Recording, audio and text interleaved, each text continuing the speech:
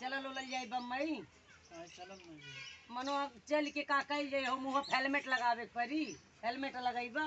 अरे हेलमेट लगा के चलल जाई रोड पे मनो ही बतावा एठू रुमाल नहीं बर्दाश्त होला न कुना परे हेलमेट कैसी बर्दाश्त होई का ना होकर हेलमेट के हेलबेल हेलमेट वो चाहे जौन आई कवन बीमारी निकल अटके निकलनी से इंदिरा गांधी मोदी मोदी के करना हो मोदी हाँ ये नहीं मालूम है मोदी की करना हो मोदी के करना हो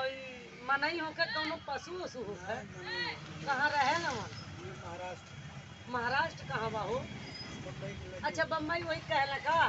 हम तो बुझी नहीं कहूँ अच्छा ये बतावा कि जो मोदी बात है कि ऐसे में लगवाई है कोहड़वा कोहड़वा घर जो रहा हेलमेटवा उहे लगावे पड़ाला ना आई कवन बीमारी हो कोरोना कि जेरोना कोरोना तो मान ला जिंदगी बर्बाद करके भाई डालना हमन का मोदी जी अच्छा एक बात बतावा आई योगी के हो योगी राजस्थान का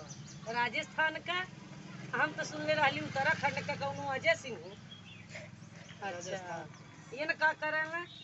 अब इन का करन इन प्रधानमंत्री बने की कोशिश करता पूरे दुनिया का कि यूपी भर का ना ये पूरे दुनिया के तब अब का होली हमन का भी तो 3 साल से बैठल हटी अब कै साल बैठे करी तक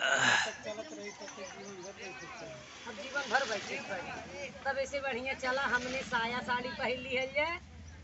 और ऐसे ऐसे ताली बजा के मांगल जाई 10-10 रुपया ये भाई जब 3 साल से हमने बैठल हटी तो ये ना रोजी रह गई बा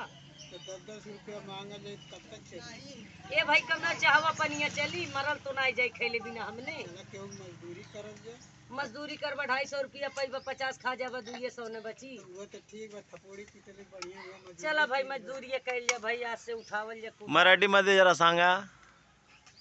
अरे